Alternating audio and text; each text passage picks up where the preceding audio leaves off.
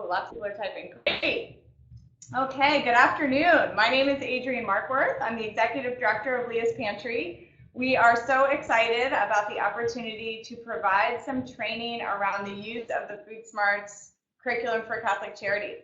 I'm going to turn my computer off, or my video off right now, but I just want to say hello.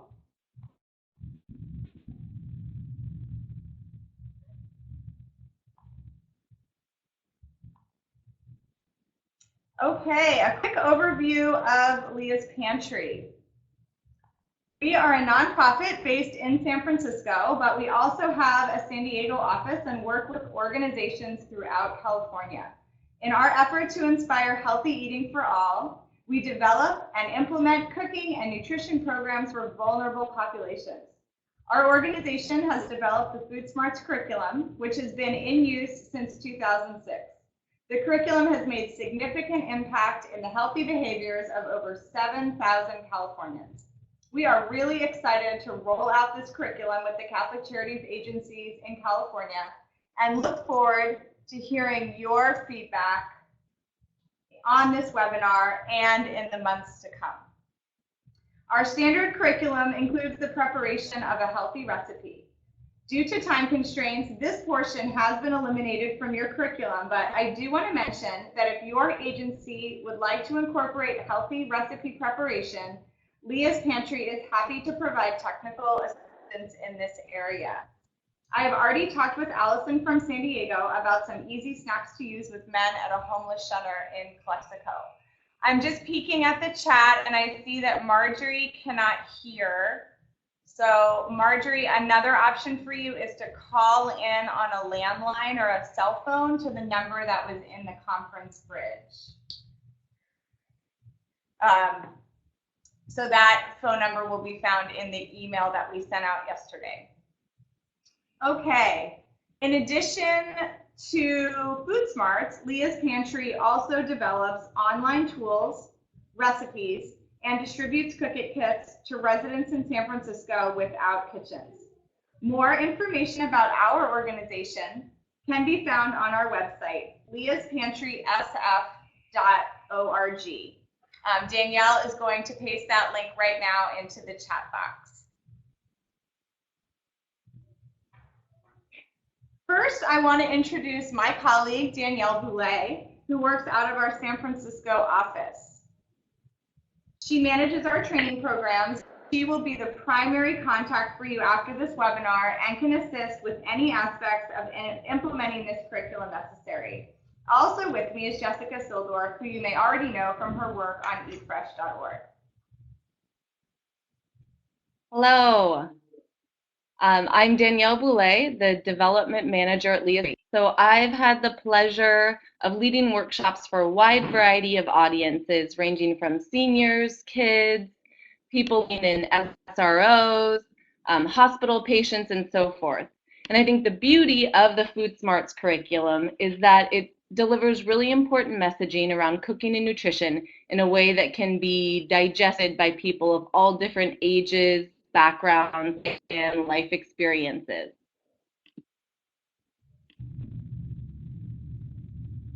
Hi, I'm Jessica Sildorf, a Senior Program Coordinator for eatfresh.org at Leah's Pantry. My experience with Food Smarts, I found that the more prepared you are for your lesson, the more participants are engaged.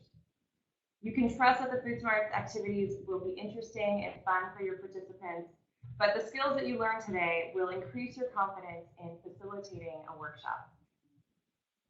This is the first time Leah's Pantry has done a Food Smarts workshop in webinar format, so we're excited and a little nervous at the same time. Usually our training is done in person over 2 days, but we're excited to pilot this method since it has a lot of potential to save time and money as agencies implement the curriculum. But because this is our first attempt at a webinar training, we can't emphasize enough how important your honest feedback is about the strategies that we're using. One of the strengths of our in-person training is the interaction between participants and the opportunities for sharing.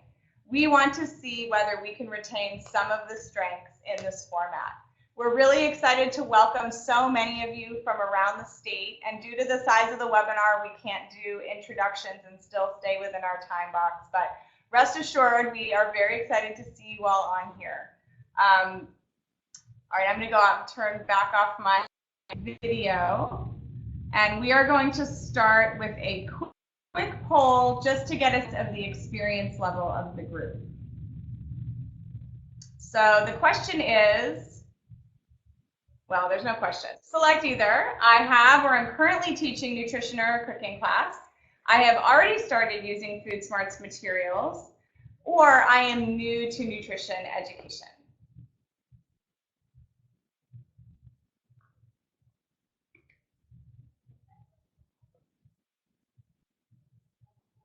Okay, so it looks like a lot of you have some experience, but about a quarter of you are new, and a few of you have already started using our curriculum. So we'll just wait for the last couple polls to come in.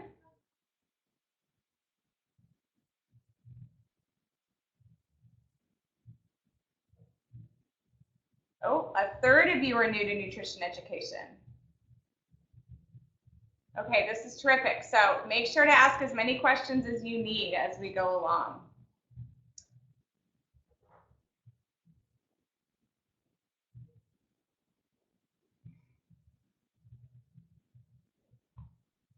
Okay, let's get started. Let's start with a little overview.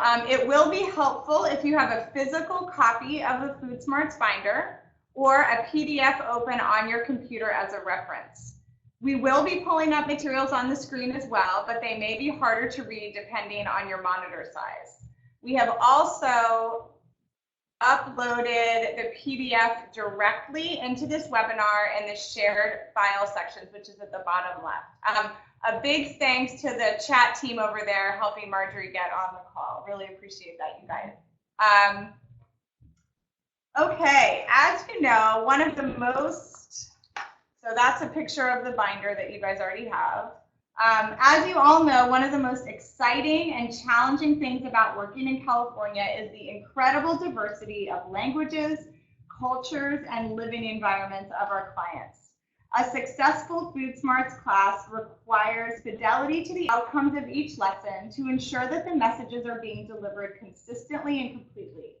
This requires that facilitators understand the messages, begin each class prepared, and keep things on track as much as possible. This is especially difficult with a 30-minute lesson plan. Our lesson plans are written to be outcome-based as opposed to activity-centered. This gives facilitators the opportunity to choose an activity that will work for their class while still ensuring that the same messages are being shared throughout the entire program. So an example would be participants can use MyPlate to better align common meals with MyPlate guidelines, such as this woman is doing with her pita pizza, and not participants read the 10 tips handout, which would be an activity. I found a cute cartoon. This leads to the next point about relevancy. There is legitimate concern in the world of public health nutrition that nutrition classes are not always relevant to the people in the room. As a result, thoughtful consideration to how to achieve each outcome is essential for an effective class. Choosing discussions or activities that match your population will ensure cultural competency, relevancy, and accessibility of the messages to your participants. This is a skill that is built over time, so please be patient with yourself during your first series. One way Leah's Pantry has decided to support messaging consistency is through our online nutrition class, which we call the eatfresh.org mini course. You all have received an online invitation to a class created specifically for this curriculum, and many of you have already accessed it. Please let us know in the chat if you have been unable to access the course, and we will assist you individually right after the webinar. Also, emailing Jessica would be a great idea. Let's take a quick tour of the mini course site. Once you click on the Catholic Charities course, you'll see a link at the top that says the Catholic Charities Agency Chat. This is a place where people can share their experiences teaching these SNAP Ed workshops. Leah's Pantry has been capturing workshop summaries for 10 years using an online platform called Big Tent. It has been the best way to support our facilitators, figure out what's going on, and make important improvements to the course. I set this up to be an internal forum for your agency and highly recommend that you take advantage of this feature. You can learn so much from each other. We've also included on this site several resources for easy access. The binder files that many of you have seen in hard copy, a cool spice, not salt handout from one of our cookbooks, and a link to the Dropbox where all the Leah's Pantry curriculum files are located. Now you'll see several activities, 10 topics in all, that demonstrate how to share basic nutrition messages in clear, action-based ways. These online topics are a great way to get everyone on the same page and build confidence before sharing this information with your clients. The mini course is also a great resource for your clients. Participants go through 3 separate classes that cover 5 topics each and can print certificates of completion. Jessica and Aaron held a webinar last week, and the recorded version is already available on our website. We are posting the link in the chat box right now. If you'd like to learn more about this, let us know in the chat or email Jessica and she will walk you through it. Okay, let's pause and take a minute and see whether there are any specific questions about the online class, about anything that I've already covered so far. Please feel free to use the chat to comment.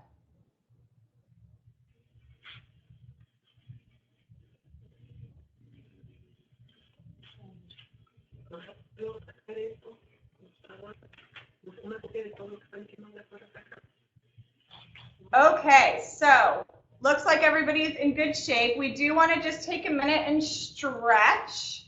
So we're going to switch over to this fun little desk stretch video that we uncovered. And everybody's going to take a little minute to stretch.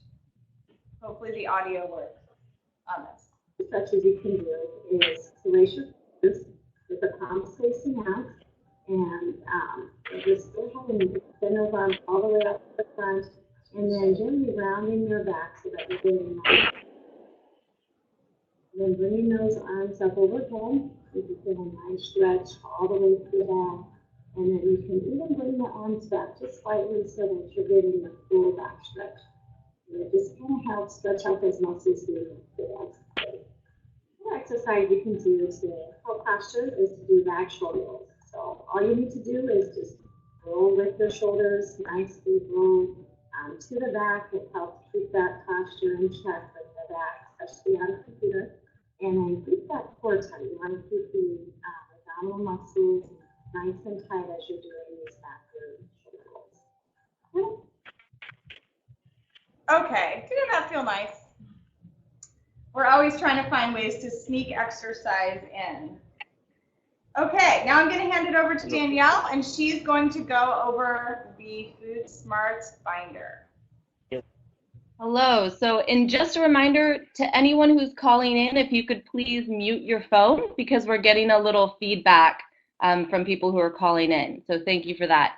So now let's take a few minutes to go through the binder carefully. But first, I want to take a minute to have you take a minute to complete the poll question. So, or the statement, and it is, I have seen the Food Smarts for Catholic Charities binder, which we'll be pulling up the question now.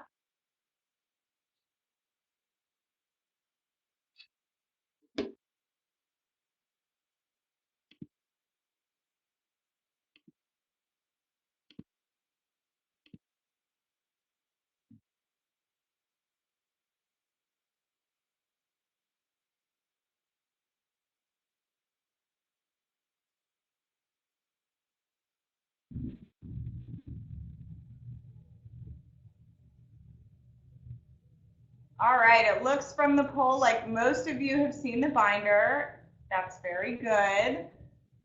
Vast majority. It looks like there's a couple of you that have not seen it at all or know that their agency has it, but they haven't exactly seen it yet. And I realize that folks on the phone are not going to be able to participate necessarily in the call unless they're also on the webinar. Okay, terrific. Thanks, everybody. Back to you, Daniel. Great, thanks. So I'm going to run through these materials and keep my eye on the chat box to make sure I have any questions coming through. So please ask questions as soon as you have them. So after the table of contents is page 1. And this page is an overview of our curriculum and some notes about program implementation. We will cover this information on today's webinar in more detail shortly. So beginning on page 3, you will see a form called a Food Smarts Workshop Planning Sheet. This template is designed to be photocopied and used as a guide for your workshop planning. It includes basic logistics like information that would be placed on a flyer or in a newsletter advertising the class, but also questions to help guide your choice of activities. So pay special attention to the question around your concerns. Often anticipating the difficulties presented by your workshop participants will make you feel more prepared and confident. It also serves as a good common sense check once you've chosen your activities. You may have already taken a look at this, so please let us know whether it was helpful by answering this poll question.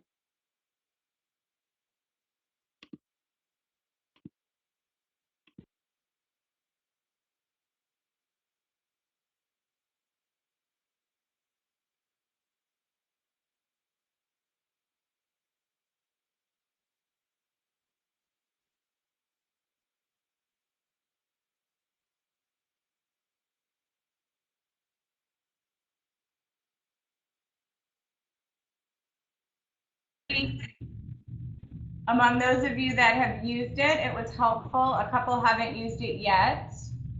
But very glad to see that this was a helpful, either definitely or moderately, to all of you. Thanks so much for participating. Great. So we'd like to turn the mic over to anyone who would like to share their experiences using the workshop planning tool. Just raise your hand by pressing the Ask a Question button with the hand icon on the chat feature, and we'll call on you.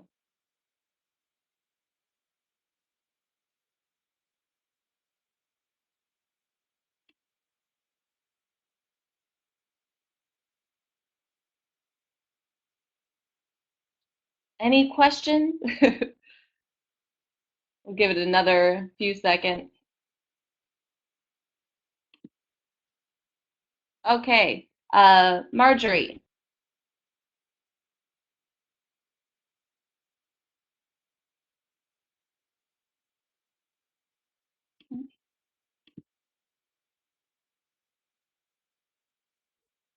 Victor? It's to you, Victor. Make sure you click accept.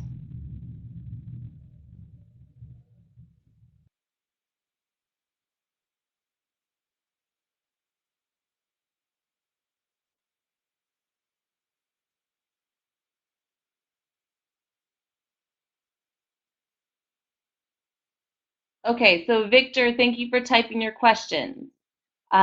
Would you guys be giving us some ideas on how to deal with chatty students? So that's definitely a good question around facilitation. We don't have that, that topic isn't in this webinar specifically, but we will be online after the end of the webinar, and we'd be happy to talk to you more about that then. Are there any other questions?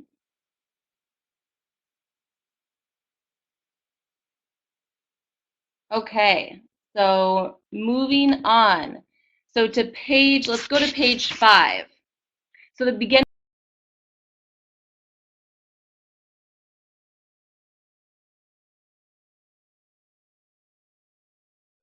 Sorry, I was just muted. So beginning on page 5 is a summary of the dietary guidelines from Americans from 2010. So this is important background for those of you who have not worked on a federal nutrition education program before.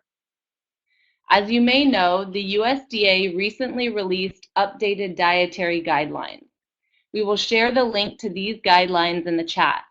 We anticipate that curriculum updates will be made at some point during this year, and we'll be sure to share those materials with you as soon as they are available. And Jessica just linked to the most recent guidelines, and you can find that link in the chat box. So moving on, the first page of the paperwork section starts on page 9. And this includes the attendance sheet that we use internally. The following pages are the pre and post questionnaires for this class, which will be used to determine whether the class is effective.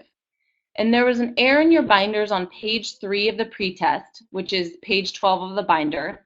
And the corrected page was distributed yesterday and is also included in the shared resources on the webinar. So there's shared file box in the left, it should be in the left-hand corner of your screen. And then there are 5 tabs. So each one is related to 1 week of planning. Let's take a look at week 1 as an example. Simple ways to build a wholesome plate.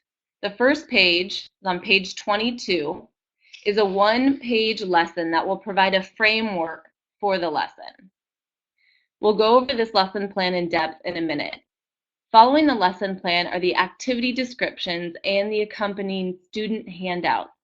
You'll want to photocopy student handouts as needed for your lesson plan and review the activity descriptions to make sure you are prepared to teach the activity.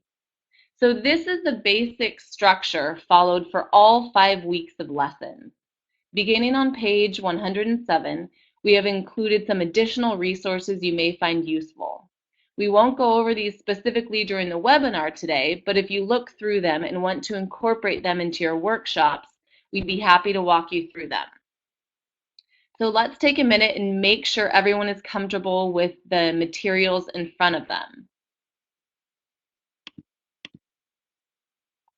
So please answer the poll statement. I understand how these materials are organized.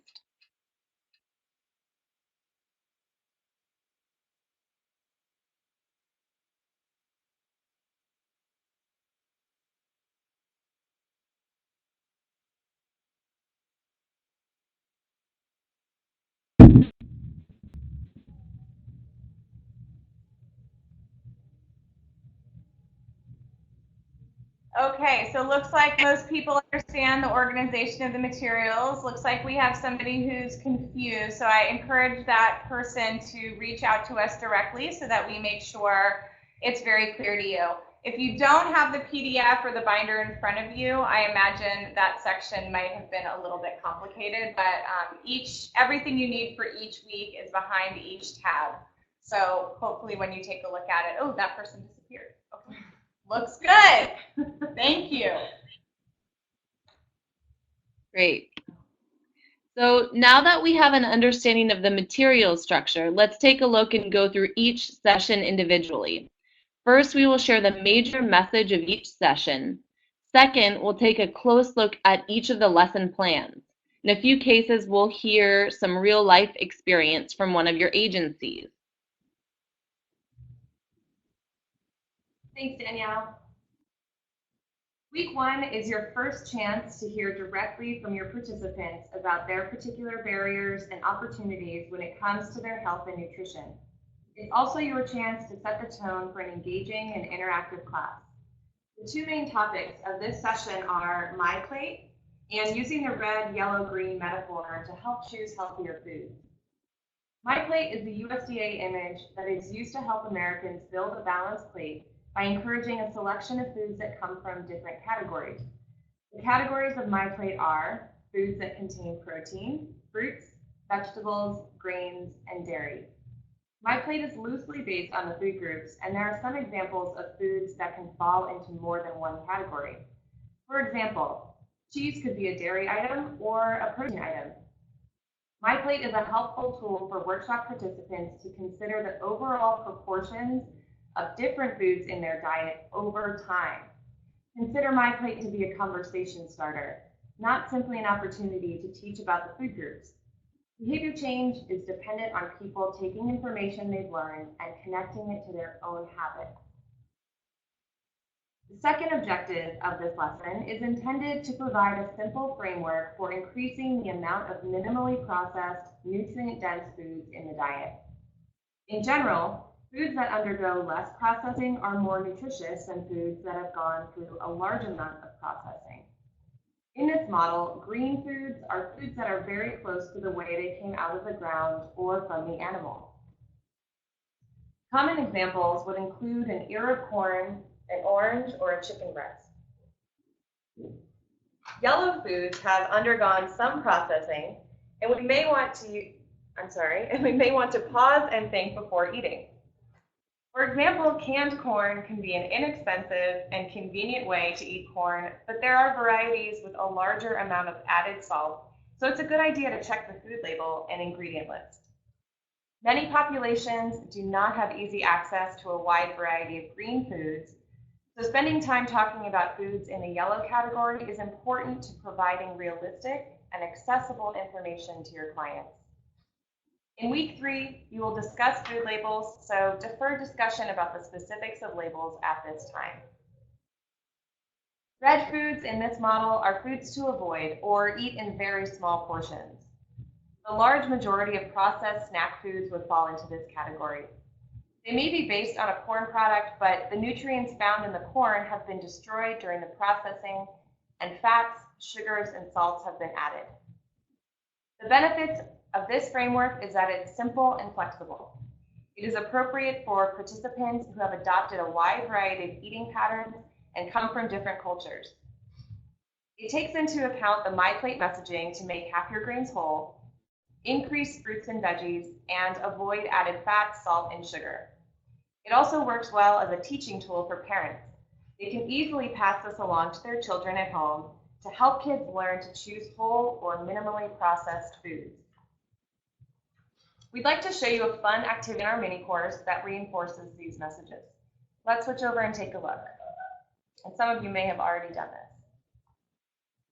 Plan your own healthy, balanced breakfast. Choose an ingredient to start with. Eggs to make an egg scramble. Oatmeal for an oatmeal bowl. Or plain yogurt for a yogurt smoothie. Okay, so type into the chat box, which of these ingredients should we choose first? The first person to respond will be the winner. All right, eggs. Add ingredients from other food groups to build your breakfast. All right, what's next? We have broccoli, bell pepper, or cheese. All right, Eva, you're on top of it. Cheese. All right, and then last, whole wheat bread or corn tortillas?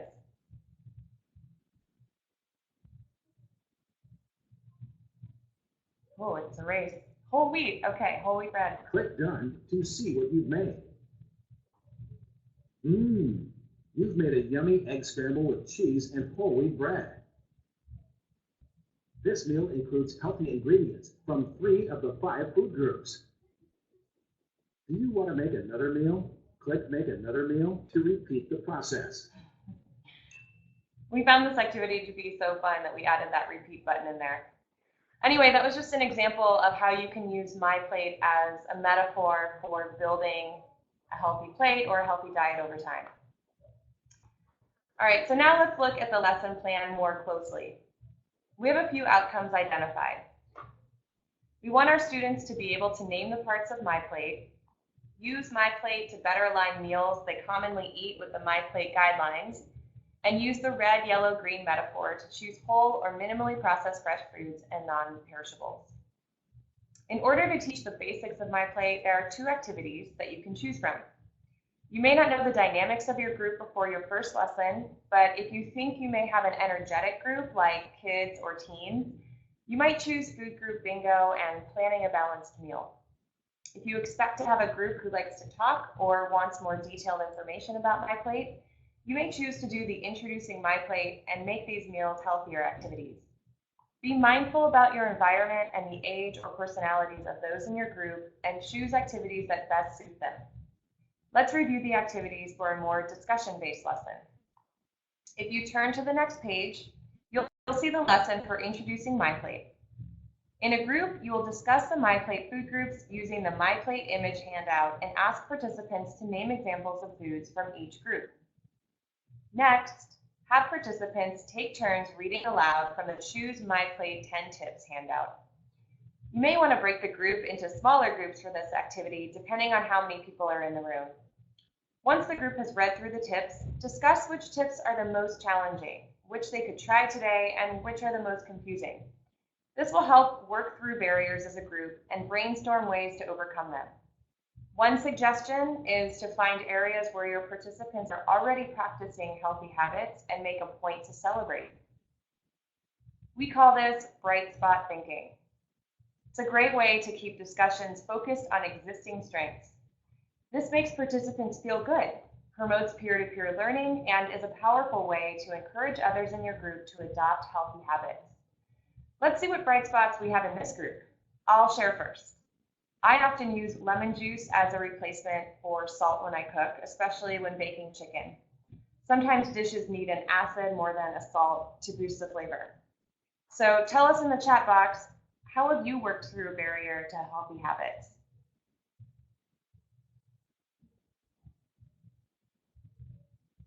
Does anyone have a bright spot that they want to share?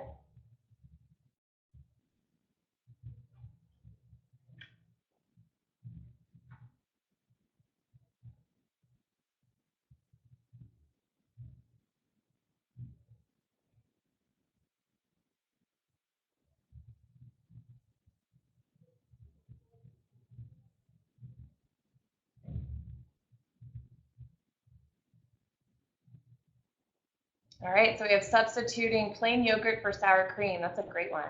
Fruit flavored water, I love doing that. What type of fruit do you like, Mackenzie?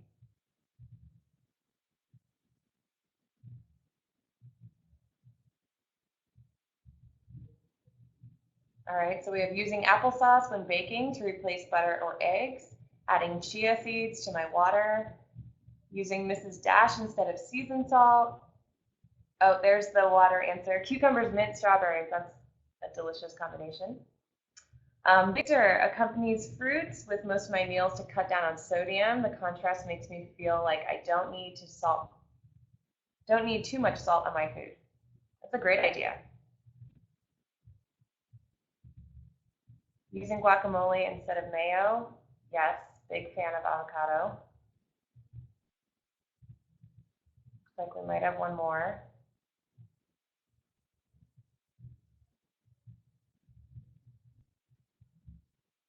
Baking instead of frying. Yeah, those are all really great ideas for healthy swaps. And oh, we have a couple more. Now that we're going, people are starting to think of more ideas.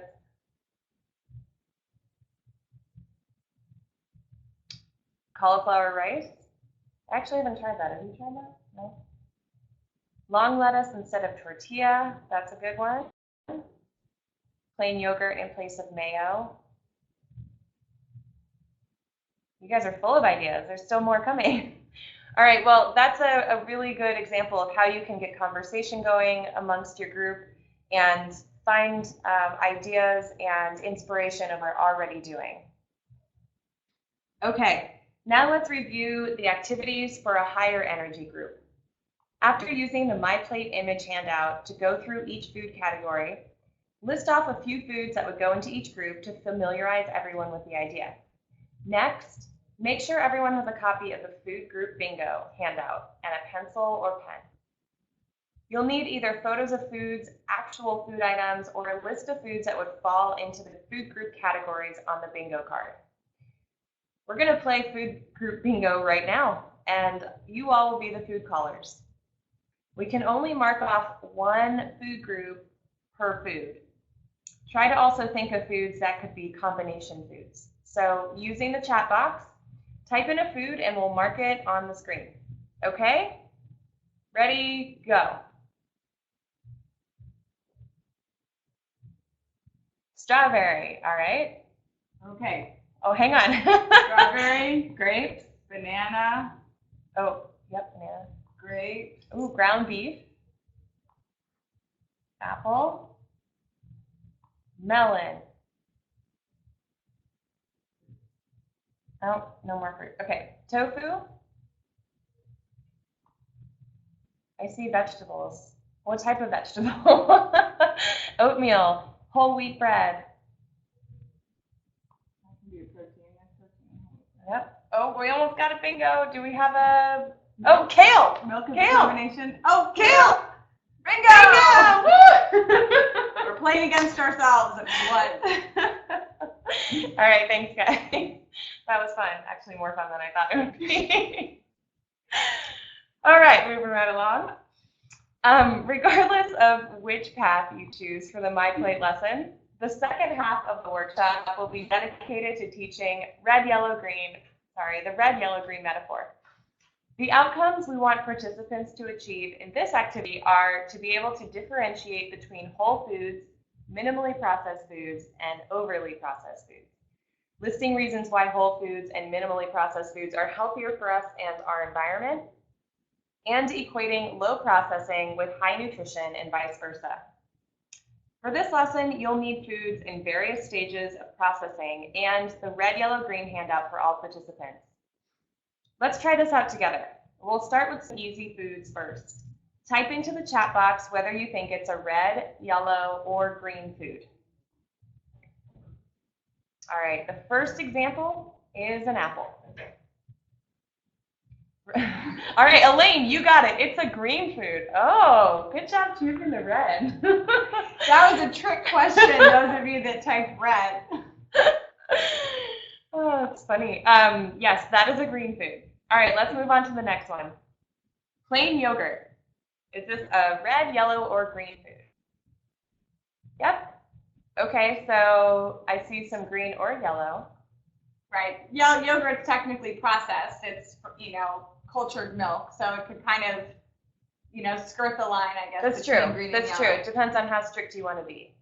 I would say a sweetened yogurt with maybe fruit on the bottom or something would be more in the yellow category, but generally plain unsweetened is, I would say it's a green, but it's up to you. Okay, the next is canned vegetable soup. What is this one? Okay, red or yellow. I think this is another borderline. So we might call this a yellow food, but I would encourage you to look at the label, check the sodium. Yeah, is it low sodium? I don't think this one is. So this is a standard sodium soup. But these are great questions because what it really shows you is that this is a conversation starter. Again, it's not meant to just be a pat answer, but it's designed to be an opportunity to really engage people about how they determine what foods they want to put in their bodies. Yep. Okay, next is dry cereal.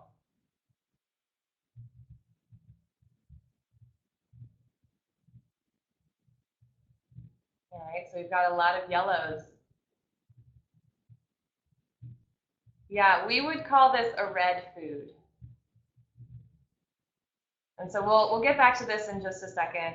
Let's go on to our last one, which is ramen. Is it red, yellow, or green? Yes, ramen's a red food. It sounds like everyone, ooh. Yes, all right, everyone knows that that's red. All right, so it's important to note that we can't subtract the unhealthy aspects about these foods, but we can add nutritious foods to these yellow or red foods. You may find that many of the foods that your clients have access to are in the red or yellow category. So we don't want to make them feel as though they have no options, but rather that they can work with the foods that they receive. For example, we often suggest to add fresh or frozen veggies to ramen and only use half of the seasoning packet.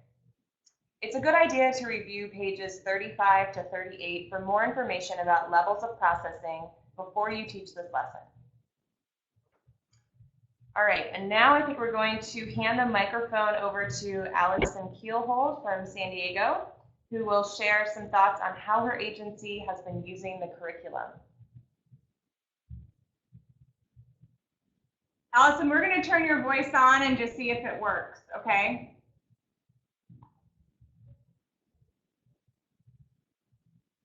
All right, so did you see something pop up that was asking you to accept the audio?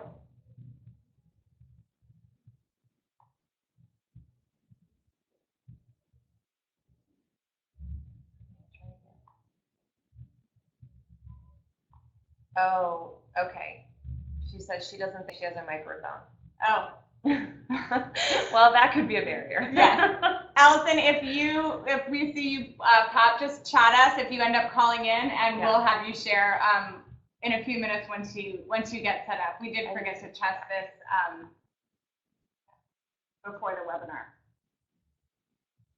Okay, great. Now we're on to lesson 2. Danielle, we're going to hand the microphone back over to you. Great. Okay, so lesson 2. Week 2 is focused on 2 parts of my plate, grains and veggies. In general, we are encouraged to choose whole grains over refined grains. Let's brainstorm some examples of whole grains. So, what whole grains do you think your participants are currently eating? Please type your answer into the chat box.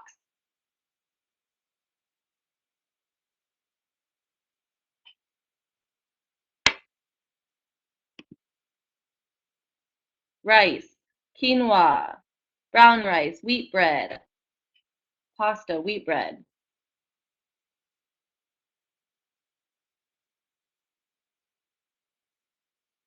Oatmeal, wheat bread, corn tortillas. Great, thank you. So a lot of the things mentioned are in either, the wheat family. They're kind of more standard grains. And so during this lesson, we find that our participants enjoy learning about more unfamiliar grains. So there is an opportunity to expose participants to grains like barley, millet, or quinoa. Oh, Allison, you are on the phone.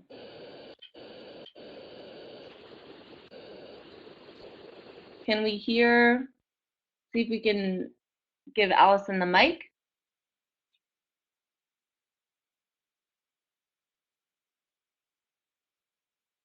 Your phone number. There's a couple people on the phone. I'm not sure which is you.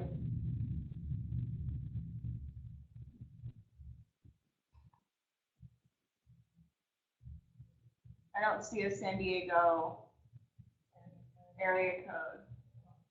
We have a 213, an 831, and 2 909. 909. We've got 909, 64 something, and 85 something.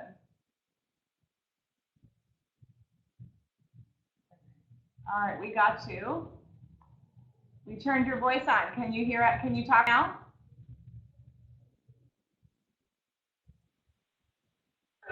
Yay!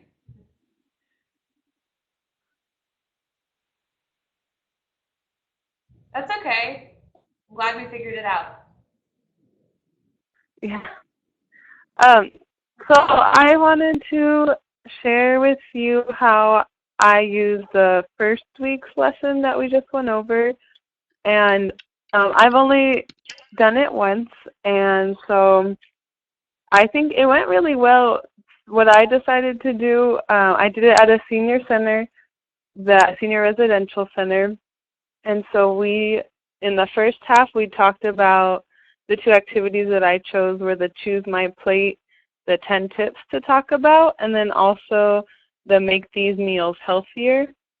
And so I did kind of tweak it a little, and I guess I'll find out if that's okay to do. But for the 10 tips, since I had already done a lesson there with that same 10 tip sheet of the 10 tips to a great. This was in December, so I just chose a similar 10 tip sheet, but it was make healthier holiday choices. And so they're similar 10 tips. There's just a few different ones about adding exercise to your holidays and baking healthier, enjoying. So the same idea, but a little more focused on the holidays. And that was what was recommended by our seniors, was how to enjoy the holidays but have them be healthier. And so we still followed the layout of talking for a few minutes about each tip and explaining the My Plate and what are the different food groups, and so talking about the food groups, going through those 10 tips. And since I do work with mostly with seniors, when I do presentations, I find that it's harder to get people to read things or to write things. So I make a PowerPoint and blow up the font. So I did give everyone a copy of it, but instead of having individuals read out the tips, it was on a large screen and I would read it and then we would discuss it. And I found that gets a better response because some people don't bring their glasses or literacy might be lower, so it is easier to facilitate that if I read it. And that was actually a really good discussion. It went longer than the 5 to 10 minutes that was lined out in the lesson plan. And once people start sharing, I find that it really gets people excited and everyone wants to share their own individual story. So just, I guess, be aware of if the conversation gets off topic. And then after that, the second activity, we did making these meals healthier. And again, instead of doing the handout that was given, I put up examples on a PowerPoint with pictures. And they really liked that. So it was similar meals, or I used some of the meals from the page 32 in the notebook, but then also added a few more holiday specific ones. So there would be a Thanksgiving plate that had no veggies or fruits and had a lot of meat and a lot of carbs. So how can we rearrange this plate, or a typical Christmas Eve dinner, and how to make those a little healthier. And so just making really small adjustments to make it more based around the holidays got people excited about it, and I didn't feel like I was repeating a lesson that I had done before, since it just had a little tweaks for the holidays. And people were really excited about the idea of making their holidays healthier, and also shared about how they bake or how they go for walks after meals when it's when the grandchildren are around and things like that. So they led to really great conversations. And actually, we never got to the second half of the red, yellow, green part because that first 15-minute, those two activities took over a half hour. And so I guess my experience was it led to really good discussion, so much that it took up a lot more time. And so I saw your message. So I do have a recommendation just for a few handouts. I would like to give them a few things to take home, so larger print for the senior population, since they do have trouble seeing the smaller print. Great. Thank you so much, Allison, for sharing. That's really helpful for everybody to hear. And I see some great stuff coming in through the chat that we'll address that way. And then now I think we'll pick up to where Danielle. Okay, great. Thank you so much for sharing, Allison. Oh, and do you mind muting your phone again, Allison? Okay, thank you. I was hearing some feedback. Okay, so back to whole grains. So as I mentioned during this lesson, participants often enjoy learning more about unfamiliar grains. So there's an opportunity to expose them to grains like barley, millet, or quinoa. And one reason we are encouraged to eat more whole grains is to increase the amount of fiber we consume. As many of you already know, fiber helps with digestion, with feeling full, and also in heart health. And on the whole, Americans don't eat enough fiber. Vegetables are a great source of fiber, but we also want to emphasize the role that different colors of vegetables play in our health. In this lesson, information about specific nutrients that are found in different colors of vegetables is less important than the message that a wide variety of colors in vegetables will help our bodies function happily. It is sometimes easy to get bogged down in the details of the different vitamins, so try to use your limited time to keep the class focused on the variety of foods they eat. If supplements are brought up, emphasize that the best way to get vitamins is through whole foods, which is a nod to the red, yellow, and green exercise from week 1.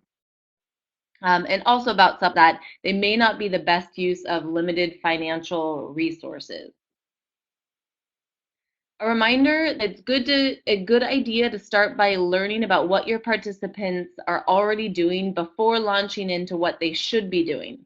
So make sure and provide an opportunity for sharing in advance of any activity. Your participants may already be able to name several different whole grains, so give them the opportunity to shine before beginning the grain and bean game, for example. So now that we've covered the core nutrition messaging for week 2, let's go over the lesson plan on page 41. Let's start with the outcomes related to the first 15-minute segment of the class. I'd like to mention here that the time estimates are just estimates. So depending on which activities you choose, you may need more or less than 15 minutes for each outcome. And also, as Allison said, if the conversation is very engaged, then that can take longer as well. So keep these time frames in mind when you are planning. If you're choosing a longer activity for the first section, you may want to choose a more succinct activity for the second outcome. The outcomes are that students can identify at least 5 different kinds of whole grains and beans. Students differentiate between whole grain and refined grain. That students can identify several ways of increasing fiber in their diet. And that students learn how to prepare a new kind of grain or bean. Since fiber is a core benefit of whole grains and vegetables, we like to start with an introduction about the importance of fiber. To engage participants in the fiber lesson, I often start with a question like, what nutrient is found in both vegetables and whole grains? And when fiber comes up, or if it doesn't, you can reveal the answer. I then ask why fiber is important. Then I'll mention any benefits that don't come up. After that opener to fiber, you can pass out the Eat Enough Fiber handout. Depending on literacy levels, I'll ask for volunteers to read each segment aloud. And after one class, you usually get a feel for participants' openness to reading aloud. From my experience, many participants enjoy it. So I want to ask a question to all of you. Have you personally made any swaps to add more fiber to your diet? If so, please enter these swaps into the chat box now.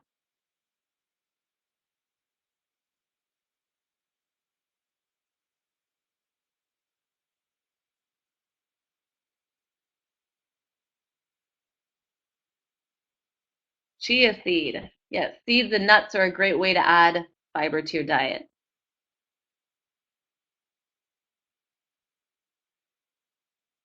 Adding spinach, leafy greens, whole wheat pasta,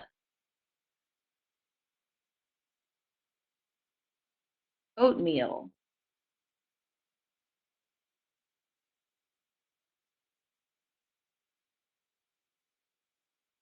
More chia seeds. That's a great idea. For soup, adding more vegetables like sweet and regular potatoes or onions and such. That's great. Adding flaxseed or additional items to oatmeal and smoothies. Wonderful.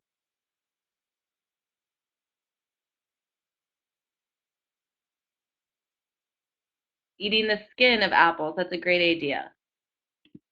Okay, thank you for kind of chiming in there. So for additional examples of good fiber swaps, see the worksheet section, Eat More Fiber by Making a Few Easy Swaps. This is another good opportunity for finding bright spots amongst participants.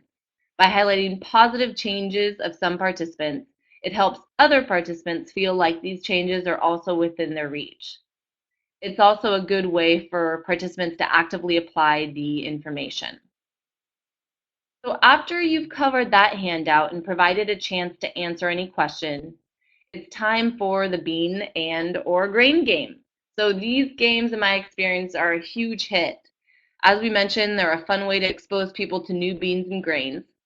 And basically, you'll hand out little baggies of beans or grains and also a worksheet that lists the names of all the beans and grains you've handed out. And you can see the worksheet on the screen now. and the participants will have to guess which grains or beans are in each bag. And given the limited time, it's best to choose to do either the bean or grain game. There are 10 grain bags and 9 bean bags, so how you divvy up the bag depends on the group size, and I'll explain this more in a minute. So let's turn to the facilitator instructions for these games on page 44 for more detailed instructions. So the desired outcome of these games is that students learn to identify various whole grains and beans. The materials you'll need are a small amount of each grain and bean in an individual bag, numbered baggies, the game sheet from the workbooks, and pencils. You'll pass out the sheets and pencils first and explain the premise of the game and then hand out the bags. Otherwise, we find that people start fiddling with the bags prematurely. There are 2 ways to do this game. So the first way is to have people pair up and have them pass all of the bags around. The pairs will work together and guess and write down which grains and beans are which. The second way to do the game is have each participant keep just one bag. So they then try to guess and write down which bean or grain they have. Once everyone has had time to make their guesses, either on their own or in pairs, go over the answers as a group and explain different ways of cooking the beans and grains. If you're working with kids and if you don't think they'll know any of the beans or grains, you can just hold up the different examples and explain them to the group. So after you finish the game, I like to ask the participants what bean or grain they plan to cook in the next week. If someone says they'll try something new, I follow up with them the following week to see how things went. So the next segment of the class is about fruits and vegetables and how different colors of vegetables correspond to different vitamins. Again, the emphasis is on action, so eating fruits and vegetables of different colors rather than knowing exactly which vitamins match up with which vegetables or how many vitamins people need to get in a day or so forth. It's important to keep participants focused on this message. So to get all of you thinking about the different fruits and vegetables you eat, I want to do a quick survey. So my question is, what orange fruits or vegetables do you eat? Please share your answer in the chat box.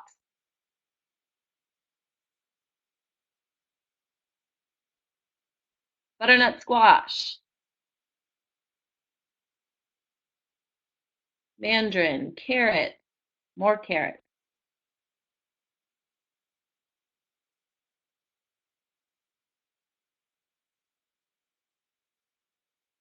orange peppers, oranges, the obvious one.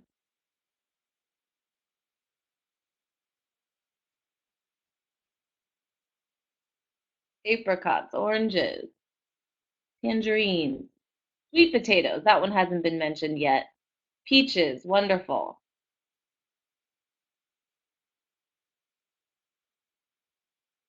Papaya, ooh, good one, Marjorie. Okay, so as you can see from the responses, there's a diversity in your diets in terms of the orange fruits and vegetables you eat. This is usually the case during classes as well. And some people learn about new fruits and vegetables through other participants' diets. The core activity associated with Eat the Rainbow message is in the worksheet, My Family's Rainbow of Foods. It's a great way for people to acknowledge the healthy fruits and vegetables that they're already eating. After handing out the sheet, give participants a few minutes to fill out the form. I often tell them that it's okay if they don't eat eat fruits and veggies from every color. And that after this activity, we'll talk more about fruits and vegetables from all colors of the rainbow and how eating all of the colors helps our bodies stay healthy. Depending on the size of the group and how you're doing on time, you can ask each participant to share one red, for example, fruit or vegetable that they eat, kind of like what I just asked right now from all of you. And I asked them to try not to repeat something already mentioned by another participant. This helps them recognize the array of fruits and vegetables belonging to just one color.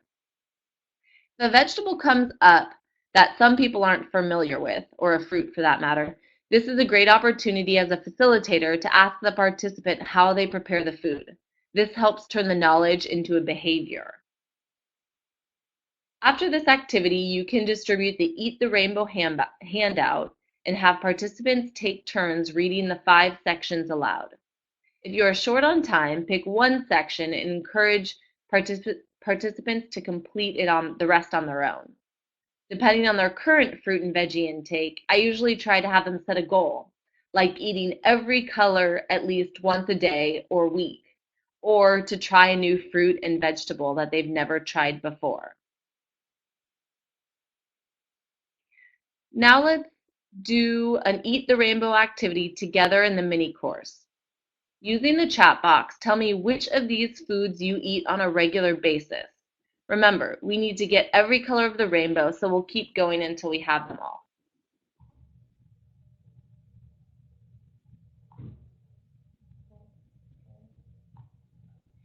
Sorry, guys.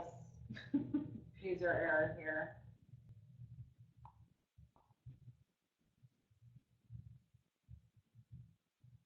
Do you eat the rainbow? Find out.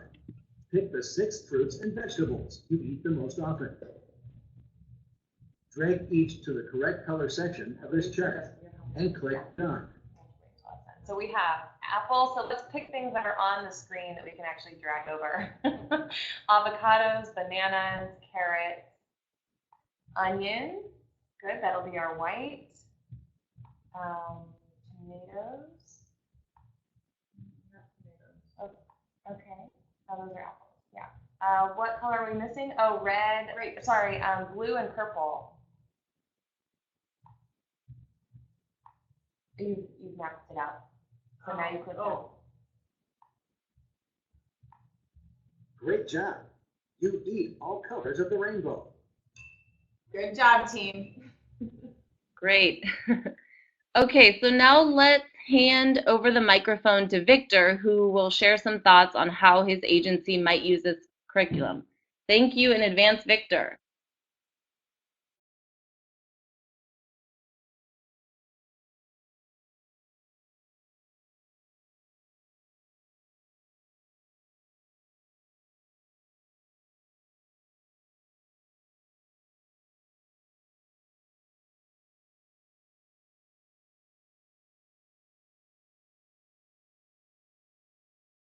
I see what you just said, Victor. You're the 864.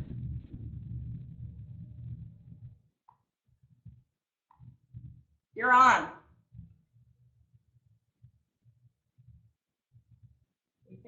We think. Okay, Victor, you should be able to talk now.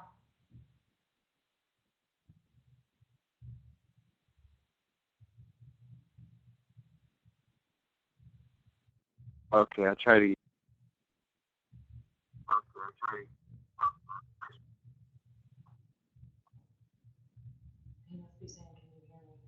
Okay, good afternoon, everyone. So it sounds like, or it looks like Thank some you of you for are having hearing us. him, but we don't hear him. So Victor, go ahead and share, and somebody tell us when you're finished. And we will start. Danielle, can you hear Victor?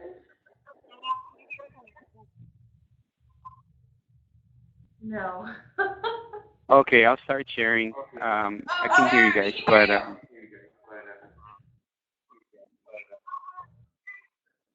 okay, good.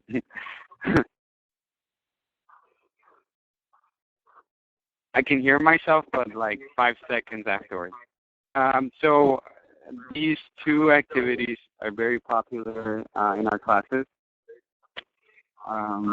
We have not tried this following strategy yet, but we're hoping to have our students take the greens to the worksheets, because a lot of our students want to have an actual, they want to know what these look like, because they won't remember how to do that. But lately, we've had the students take a picture of all the grains and the beans, and then keep that on their phone so they know what grains and what beans, what each of these grains and beans look like. So that's been a pretty cool strategy.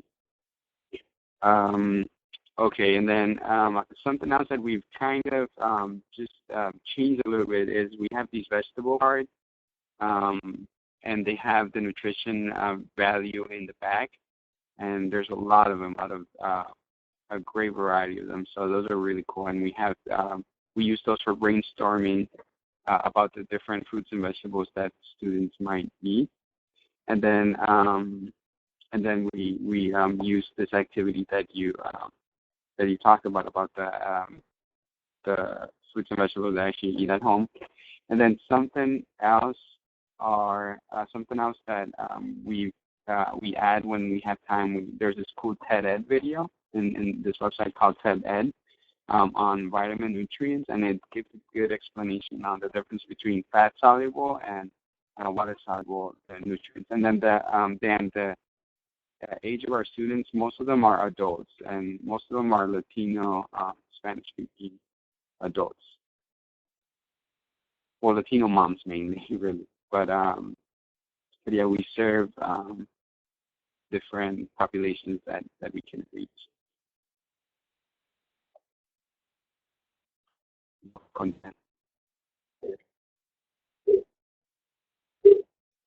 Great, Victor. Thank you so much for sharing your experience. All right, now we're going to move on to number 3.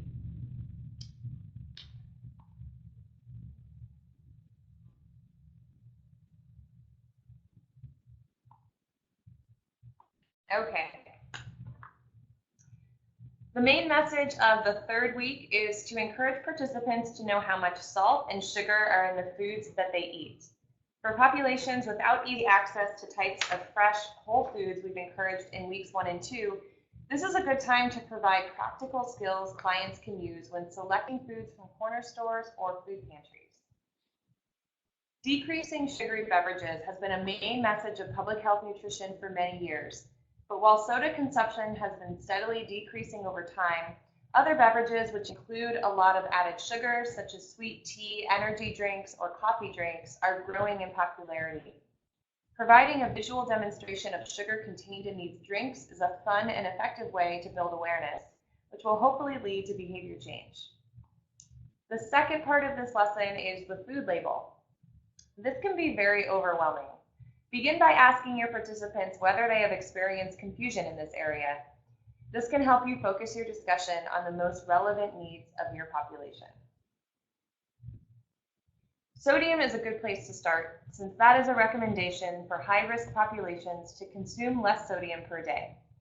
This is a great time to reinforce the yellow category of our red, yellow, green metaphor, because it's often the sodium that wildly fluctuates among similar foods. Let's take a look at the outcomes and activities in Lesson 3.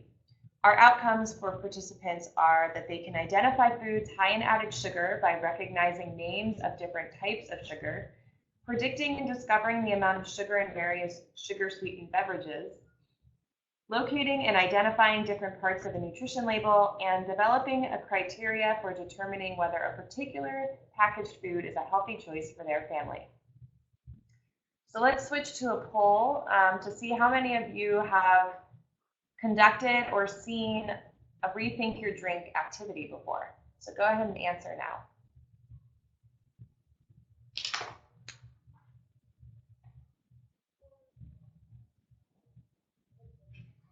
All right, already it looks like the majority of you have conducted a Rethink Your Drink activity. A few of you have seen it, and then another couple of you are not familiar with this.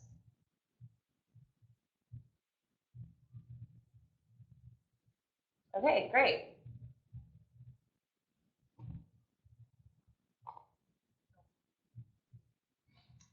All right, this lesson begins with the Don't Call Me Sugar crossword search and the Rethink Your Drink demonstration.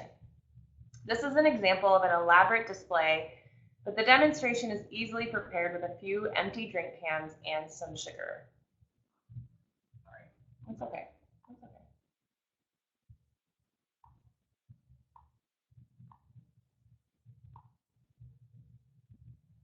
All right, there's our display. As a team, we decided that explaining this activity via webinar was painful, so we're going to assume that the instructor binder will be sufficient to run it. If you need assistance, please reach out after the webinar. The mini course topic includes 2 fun videos to help drive these messages home as well. Overall, we found this to be an incredibly effective and fun way to make people aware of how much sugar they might be drinking. So I had an experience during our Super Chef summer camp last year where one of the girls went home and asked her dad to stop drinking soda after learning all about the sugar in drinks. It made a very powerful impact on her. She shared her knowledge and persuaded him to cut back. Now, I don't know if the dad stopped drinking his soda or not, but we do know that his daughter was moved to take action to keep her family healthy. The second half of the class focuses on reading food labels. Like I mentioned earlier, this can get overwhelming quickly, so focus on just 1 or 2 items on the nutrition facts label. We're going to focus on sodium for this lesson. If your group requests to review a different part of the food label, you can find information about it on the Nutrition Label Basics handout. All right, so yesterday we asked everyone to grab a food package. I'm going to turn on the camera to show you mine. So we have this hamburger. Well, I shouldn't actually show you the brand. Pretend you didn't see that. All right, so here's my nutrition label. All right, so everyone look at your label and in the sodium. This is difficult to do because it's like I'm looking in a mirror. But find the sodium on your package and type in the chat box what your package says. So mine in 1 cup, oh no, I'm sorry, a 1/4 cup, there's 640 milligrams of sodium. This might be red food.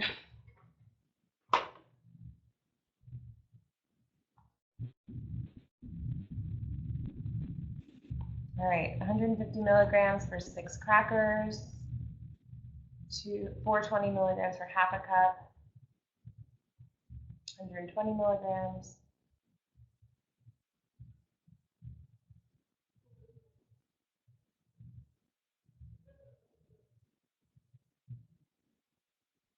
All right, great. I'm so glad that so many of you brought packages in. That's awesome. In general, we want to limit sodium to 2,300 milligrams per day or less for healthy individuals, or 1,500 milligrams per day or less for those with hypertension, otherwise known as high blood pressure. Share with your group that this means we should aim to keep sodium around 500 to 750 milligrams at the most for each meal in order to stay under the recommendations and to prevent chronic disease. If we snack during the day, that amount per meal would be even less. Now look at your label again. Would this food be a healthy choice? Ask them if they choose to eat it, what adjustments would need to be made throughout the day to stay under their recommendation. Then ask the group what foods they eat that are high in sodium and if they routinely salt their food. You'll want to end on a positive note so the group feels encouraged about what they can eat. So brainstorm ideas for low sodium foods. The best strategy is to choose whole foods and reduce the amount of packaged foods they consume. When cooking, you can often use lemon juice in place of salt or a combination of strong spices to reduce or forego adding salt altogether. We have another handout from our Tenderloin Cooking School cookbook called Spice Not Salt that shows 5 different flavor combinations using the same 8 spices. This may inspire the group to cook more at home. You can download this handout from the mini course files or download it from the shared files window here in the webinar, which is in the lower left-hand corner. All right, and now I think we're going to hand over the mic to Mac. Yep, let's see if this works. He's going to tell us about his experience with Rethink Your Drink in Northern California. So Mac, if you have a mic, go ahead and click accept. Can everybody hear me? Yes. All right, fantastic. So, my experiences with Rethink Your Drink. Well, to first start, I want to tell you about my experience with Rethink Your Drink. Growing up, sugary beverages was not a big deal, especially when if you're a kid, you're active, you're playing a lot of sports, you chug Gatorade like it's nothing. And it wasn't until I got older till I realized the amount of sugar that I was actually consuming and how it was taking notice on my body in terms of weight gain, in terms of energy. It was just terrible. So, in application with the Rethink Your Drink program, the majority of our populations that we work with in Northern California are adults. Um, the adult population that I'm going to talk to you about is adults specifically with developmental disabilities and our low-income housing sites. And to start off with, we did the regular Rethink Your Drink program by, presenting cans of common beverages that the average person would consume. And then in measurement, we would take sugar cubes and stack it up behind each can or bottle of whether it was soda, an energy drink, a fruit juice, or even sugary coffee, which was my biggest weakness. So one of the biggest things that they got from it was the fact that just by doing a simple change in their drinking habits, by literally just adding fruit, adding like cucumber, basil, mint stuff that they actually do go out and buy, that they would be satisfied, they would be happy with it, and then they would eliminate their the amount of sugar that they're consuming. In fact, we actually were able to find out by our property managers that some of their tenants, after going to our classes, had cut soda entirely out of their diets, and even showed us the stacks upon stacks of water bottles that they had bought after attending our class. So, I mean, that is huge to to us to see individuals change their drinking habits almost immediately, and for the long term was majorly beneficial.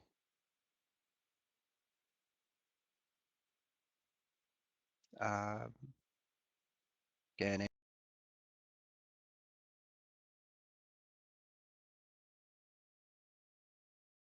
Great. Thank you so much, Mac. That was perfect. Okay, mess week 4. We are running a little bit behind, so I'm going to cut this week 4 and we'll cut week 5 just a little bit. So if you have more questions on these weeks, please feel free to reach out and we can walk you through them. We just want to be really respectful of everybody's time. So week 4 is devoted to shopping and budgeting strategies. Go over there. We often call this topic food resource management. So I am interested in taking a look at where your clients get their food from. So Danielle is going to throw up a poll that is going to let us know where your clients get their foods from, because this really has a large impact on how you approach this lesson.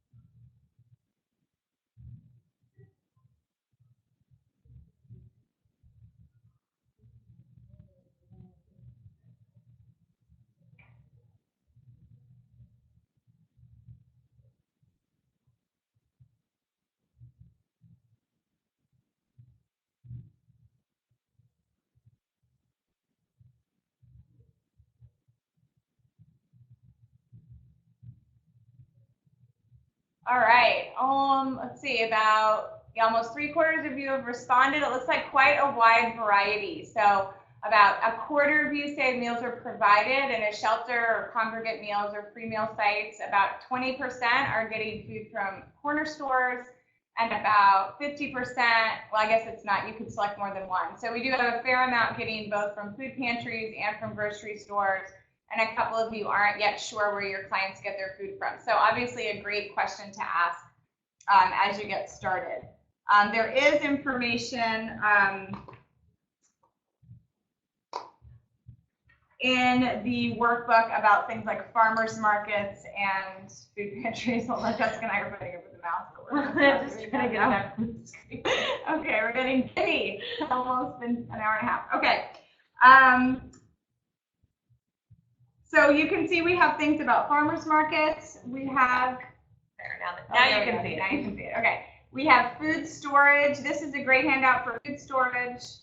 And then we also have something put out by the SF Marin Food Bank around code dates. Our colleague recently suggested a podcast from 99% Invisible that shares the story of these code dates. And Jessica or Danielle's going to post the link. It is so interesting. I highly recommend it. A good 12 minutes of your life could be spent listening to that podcast. We frequently hear that people are worried that they are given expired food. And as a result, they throw away canned and packaged goods that are safe to eat. The same thing happens when they purchase fresh foods that they don't know how to prepare. So overall, this week should be less about what foods we choose to eat and more about how we plan, purchase, and store foods for maximum safety and nourishment. We want to avoid situations where our participants are motivated to purchase more fruits and vegetables, but do so without a plan in place to prepare them. So suggesting online resources like eatfresh.org are encouraged during this lesson. Eatfresh.org includes healthy recipes, easily accessible from a home or computer, as well as meal plans that can be used as a starting place. Okay, so let's take a minute to go through the lesson plan. And again, this is one that may need modification. The first outcome is to look at things specific to the retail environment. I've done this activity with farmers markets, produce markets, grocery stores, and corner stores, and there are several variations listed in the instructor materials. The idea is to increase awareness that in some cases, the placement and layout of foods makes the healthy choice a harder choice. So either by drawing the market, cutting and pasting, creating the market with items, or even themselves, people can think carefully about how they shop. This activity also helps participants understand how to organize a grocery store. So you can think yourselves and talk to your clients about what are some ways that we're kind of tricked into eating foods that we really wouldn't normally buy. Something specific to call out here, I would say, is unit prices. So there's a great mini course section on grocery shopping, and this is a screenshot of the unit prices. When you're working with parents, it's a great way to reinforce healthy messages with their kids instead of just having their kids beg for treats. So I think there's a lot of resources here that you can pull from to make it really relevant to your clients. Okay, so the last week, Danielle, take it away. Yes, we are almost there. So the messages of the last week of the series are to highlight the importance of physical activity and reinforce the reason why we are spending time encouraging healthier behaviors in the first place. Over the past few years, the SNAP Ed program has started to do more of a thorough job of incorporating physical activity into obesity prevention programs. As we know, physical activity has many benefits. It burns calories and stimulates our metabolism. It lifts our mood, protects against heart disease, and improves sleep.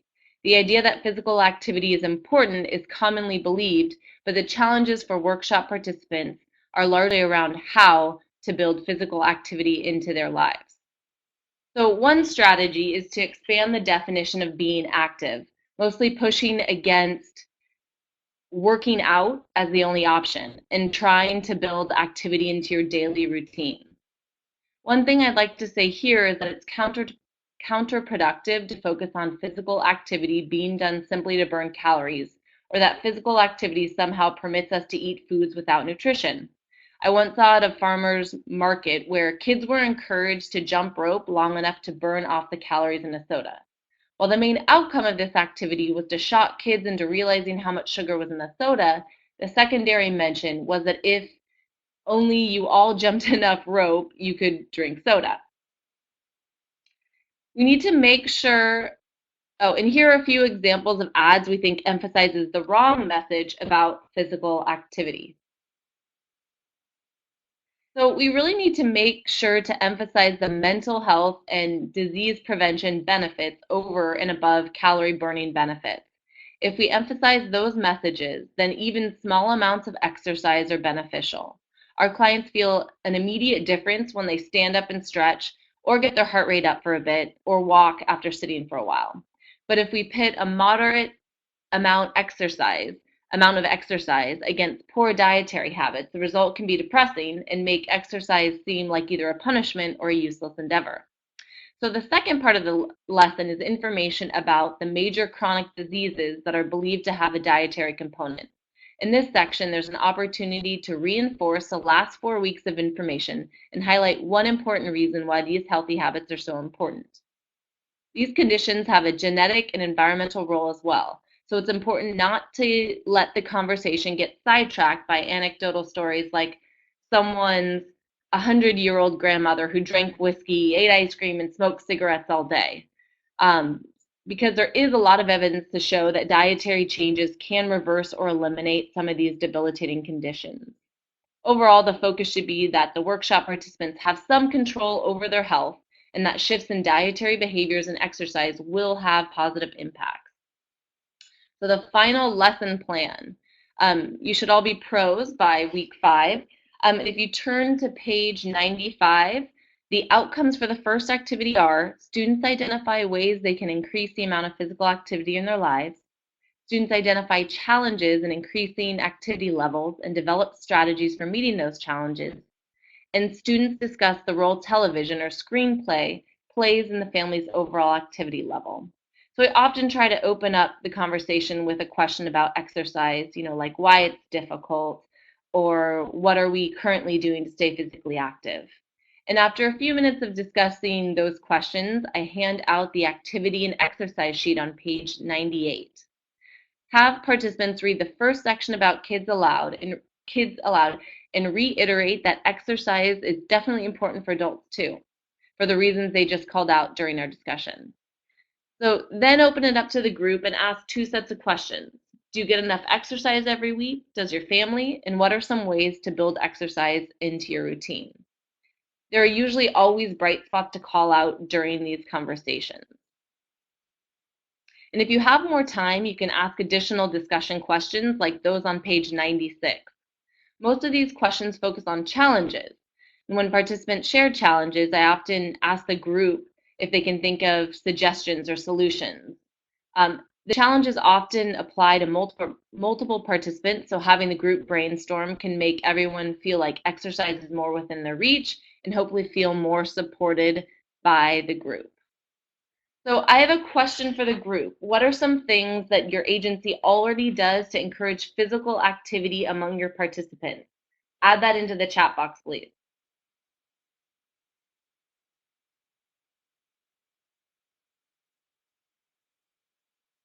Zumba, morning walk,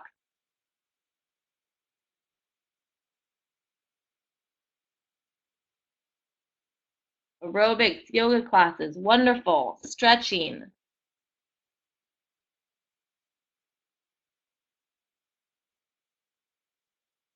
dancing.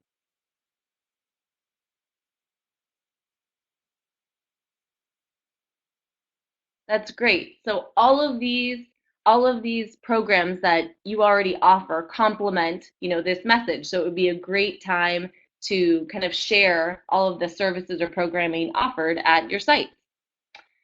So the next activity for the lesson is charades, but given the tight time, we are not going to go over that. You can find the directions on page 100.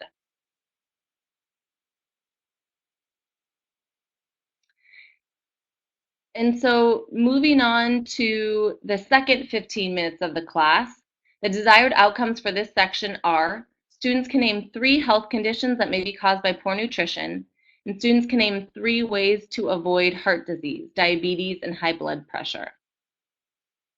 So to transition to this section, I'll often say something like, we've just talked about physical activity, now we're going to talk more about high blood pressure and diabetes. Do you think there's a connection between exercise and these conditions? So after you hear responses, you can share that, yes, exercise is an important tool for preventing or at least managing both high blood pressure and type 2 diabetes. So then you can walk the class through the 3 handouts on page 100 and starting on page 101. So high blood pressure and your risk for type 2 diabetes. Sorry, the 2 handouts. And without prompting, people often share their personal and family histories with these conditions. And there are often bright spots as well, which are super important to call out. And while these handouts mention genetic predispositions to disease, it's important to highlight the actions that people can take and the power that they have to control their health. Coming up with SMART goals during this section supports participants' sense of efficacy. So that covers the lesson plan for week 5. We have one more brief section, but let's take a minute and see whether there are questions about the organization of lesson plans, any of the messaging, or any of the specific activities.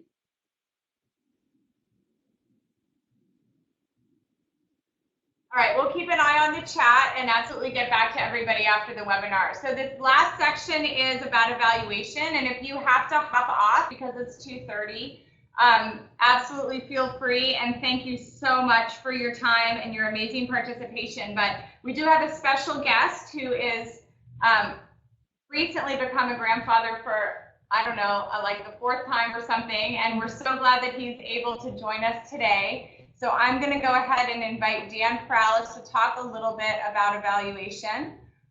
He's the evaluator for Catholic Charities, and actually he is our evaluator at Leah's Pantry as well. So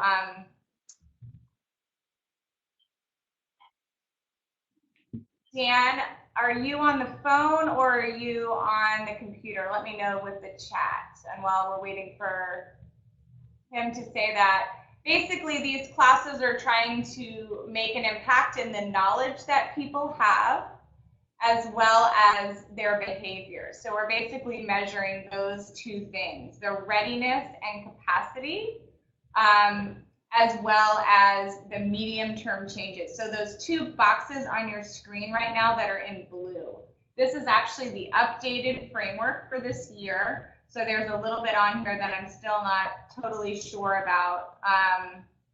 And I'm wondering if Dan got kicked off because of the time. He just said he got kicked out of the Okay. So you can see in this first part, readiness and capacity, we're going to be measuring for knowledge, intentions, skills, and goals according to my plate, food resource management. I'm not sure if you guys can see this or not. As well as physical activity and sedentary behaviors, and then messaging recognition. In terms of behavioral change, we're looking at the same kinds of things. You can see they align, like ST1 goes to MT1. This isn't that important for you to know, except it does help to understand why we're introducing the survey questions. The survey questions are long because they were actually designed for the 6-week class. But we're going to go ahead and use these for the Catholic Charities program, and then Dan is going to take a look at any changes that he might want to make. So it looks like he's back on the phone. I just have to figure out which person he is. Are you 925? Okay, Dan, this is you.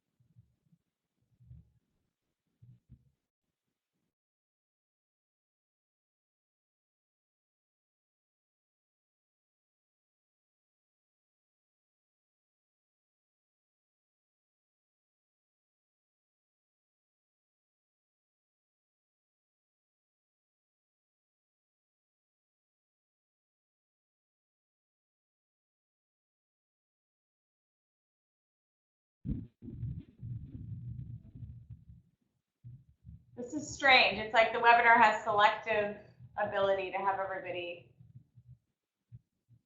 hear it.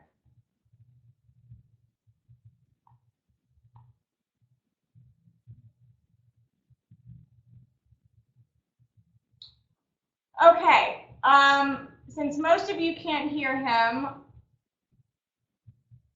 I'm going to turn him off with my apologies that we weren't able to get that to work.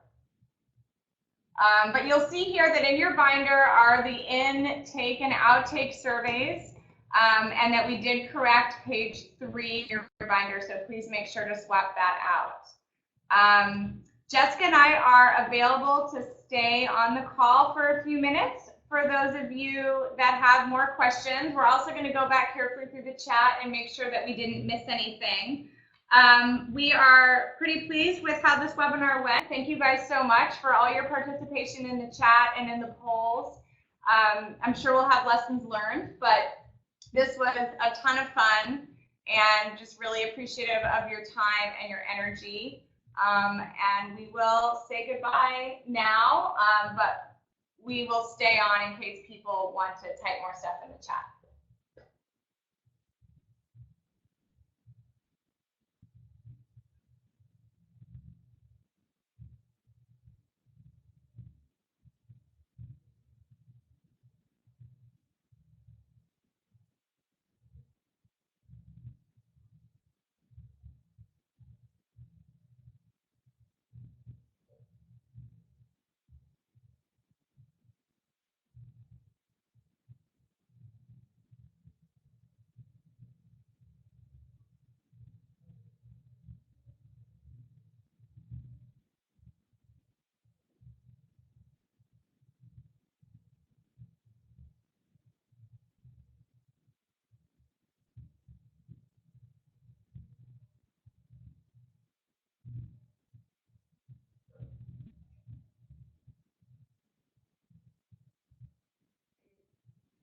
Great. So Dan says he is on if anyone has questions about the eval. Gabriella says, I've been teaching about nutrition for 3 years to the same group of women. How do I keep them engaged? Gabriella, I think that's pretty common. I think a lot of the way that people keep engaged is through food.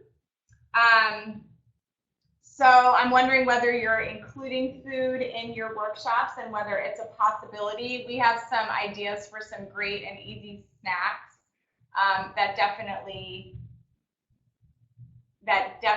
kind of keep things a little bit more active and fresh during the class. I also think being transparent with the group and asking them what would keep them more engaged. I'm sure after 3 years you have a terrific rapport with the group, and you might just bring them that question and say, we've been sitting here for 3 years, what can we do? What resources do you need? How can we do this in a way that keeps everybody really excited about moving their health forward? So again, we could have a longer conversation offline and hear more specifics. Yes, Jessica, we'll get back to you regarding the curriculum for K-8.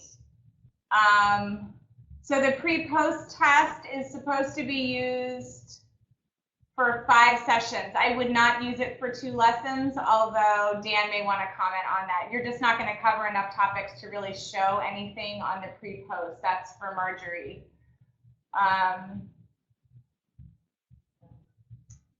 Allison has a question about the mini course. I can answer from my perspective that it will count as a SNAP-Ed direct education event. We've been working with CDPH to make sure that the paperwork all goes in to the state database. So from our standpoint, that's fine. Elisa has her own work plan though, so needs to answer that more specifically. Dan's confirming that the evaluation will not work for just 2 sessions. And I want to comment on the mini course question talking about lack of computer literacy or no access to a computer. For those who have absolutely no internet and device access, then the mini course probably wouldn't be a good fit, but it is very flexible because it's mobile friendly. So you don't need a desktop computer. You can use your mobile phone or a tablet. So anything that has an internet connection should work. As far as computer literacy goes, we did a lot of user testing and have simplified the login process and the entire navigation of the course. So it will vary definitely by participants. So you may find that you could do it in a computer lab and offer assistance to those who are brand new to computers. But in general, it should be relatively simple for users to navigate through it.